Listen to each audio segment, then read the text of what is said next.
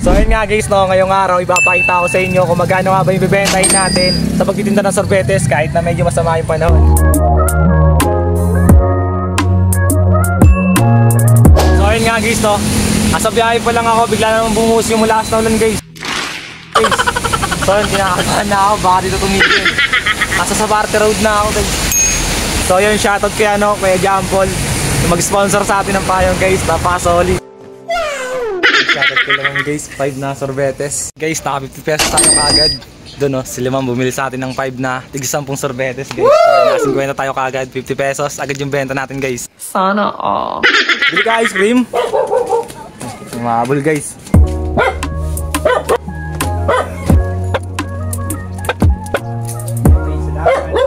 Hoy, ice cream! Dumata ko sobra. Naka 100 na tayo guys, naka 100 na.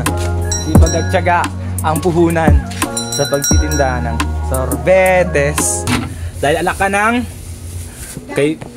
daddy, dahil alak ka ng kaibigan ko. Sige, nabudol mo na ako. O, yan. Apa lang, yan. Very good. Saan bibili? Palad. Sa palad. Hey. Palad. Lima. Palad. Palad. Sige na, yun lang. Ang galing.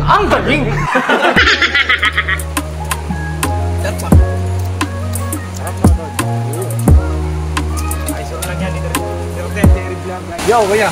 Pabili nga ya isa. Sige, andyan.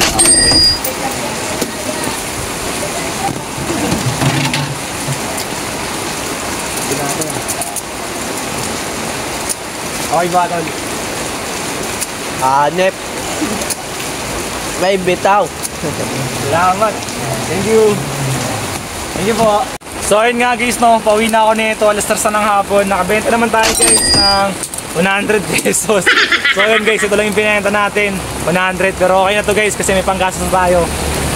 So yun, nakabenta naman tayo guys kahit na ganito yung panahon, maulan. Kaya salamat pa rin sa sorbetes. May 100 tayo.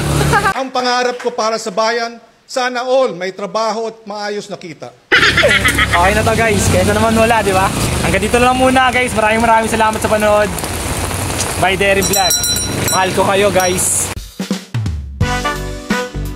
Nasabi ko lang, ito may Jampol, mag-sponsor sa atin ng payong guys, napaka-solid. Hindi lang.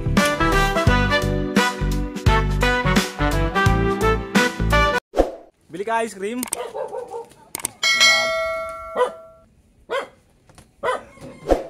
Palad. Palad. Lima. Palad. Sige na, yun lang. Salamat.